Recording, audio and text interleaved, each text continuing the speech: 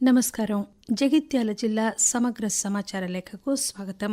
జిల్లాలో ఇటీవల జరిగిన అభివృద్ది కార్యక్రమాలు, సమీక్షలు, ముఖ్య సంఘటనలు మొదలైన వాటిపై మా ప్రతినిధి మహదేవ్ అందిస్తున్న జిల్లా సమగ్ర సమాచార నివేదిక విందాం.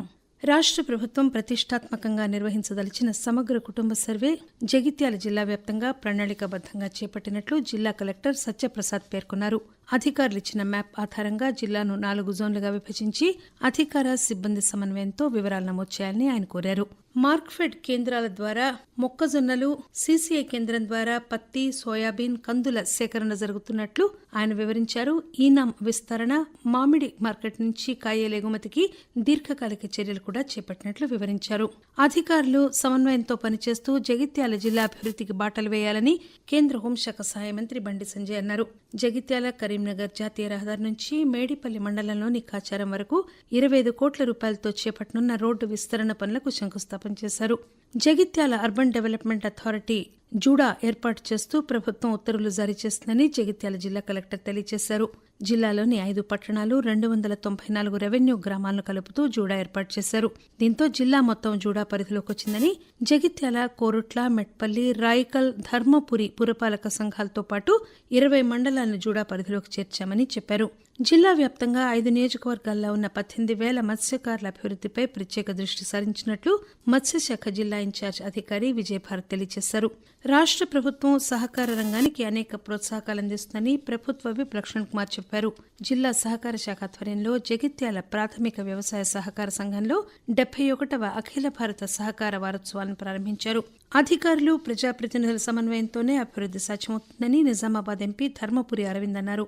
జగిత్యాల పట్టణంలో కేంద్ర రాష్ట్ర ప్రభుత్వాల సంయుక్త నిధులతో చేపట్టనున్న అమృతం 2.0 పథకం పనులకు నిజామాబాద్ ఎంపీ అరవింద్ జగిత్యాల ఎమ్మెల్యే సంజయ్ కుమార్తో కలిసి భూమి పూజ నిర్వహించారు. 38,60,00,000 రూపాయల నిధులతో అమృత్ మంచినీటి పథకానికి శంకుస్థాపన చేశారు. ఉపాధి హామీ పథకం కింద జిల్లాలోని 13 మండలాల్లో ఎంపిక చేసిన 18 గ్రామ పంచాయతీల పరిధిలో సామాజిక మరుగుదొడ్లు నిర్మించేందుకు అధికారులు సన్నాహకాలు చేస్తున్నారు. 120 చదరపు గజాల స్థలంతో పాటు గ్రామ పంచాయతీ నిధుల నుంచి 90,000 రూపాయలు కేటాయించి గ్రామాల పరిధిలో సామాజిక మరుగుదొడ్లు నిర్మించేందుకు ప్రభుత్వం ఉత్తర్వులు జారీ చేసింది. చట్ట వ్యతిరేక కార్యకలాపాలను కట్టడి చేసేందుకు విజిబుల్ పోలీసింగ్ లో భాగంగా జిల్లా వ్యాప్తంగా ఆకస్మిక తనిఖీలు చేపడుతున్నట్లు జిల్లా పోలీస్ సూపరింటెండెంట్ అశోక్ కుమార్ చెప్పారు. జిల్లాల్లో నేర విచారణ పకడ్బందీగా జరగాలని పోలీస్ సూపరింటెండెంట్ జిల్లా పోలీసులను ఆదేశించారు. జిల్లా రైతులు వానాకాలంలో పండించిన పంట ఉత్పత్తులను మార్కెట్ చేయడం కోసం మార్కెట్ యార్డుల్లో అన్ని సదుపాయాలు కల్పించినట్లు జిల్లా మార్కెటింగ్ శాఖ అధికారి డి ప్రకాష్ చెప్పారు. ప్రతిరోజు సాయంత్రం వేళల్లో కూడా ఆర్టీసీ బస్సు నడపాలని జిల్లాలోని తండ్రియాల, గంభీర్పూర్ గ్రామాలకు చెందిన ఆదర్శ పాఠశాల విద్యార్థులు రహదారిపై ధర్నా నిర్వహించారు. పాఠశాల ముగిసిన తర్వాత 2 గ్రామాలకు బస్సు సౌకర్యం లేకపోవడంతో రాత్రి వరకు రోడ్డుపై చీకట్లో బస్సు కోసం నిరీక్షించాల్సిన పరిస్థితి నెలకొందని విద్యార్థులు ఆవేదన వ్యక్తం చేశారు. చట్టాలపై ప్రతి ఒక్కరూ అవగాహన కలిగి ఉండాలని మెట్పల్లి సీనియర్ సివిల్ కోర్టు న్యాయమూర్తి డి నాగేశ్వరరావు అన్నారు. జాతీయ లీగల్ సర్వీసెస్ దినోత్సవం సందర్భంగా ఏర్పాటు చేసిన న్యాయ విజ్ఞాన సదస్సులో ఆయన మాట్లాడారు.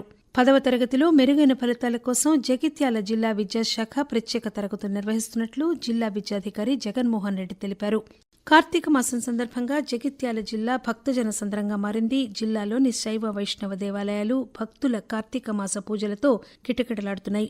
జిల్లాలోని కొండగట్టు ఆంజనేయ స్వామి, గోదావరి నదీ తీరాన వెలిసిన ధర్మపురి లక్ష్మీనరసింహస్వామి ఆలయం, వెలగట్టూరు కోటిలింగాల క్షేత్రంలో భక్తులు కార్తీక మాసం ప్రత్యేక పూజలు, అభిషేకాలు నిర్వహిస్తున్నారు.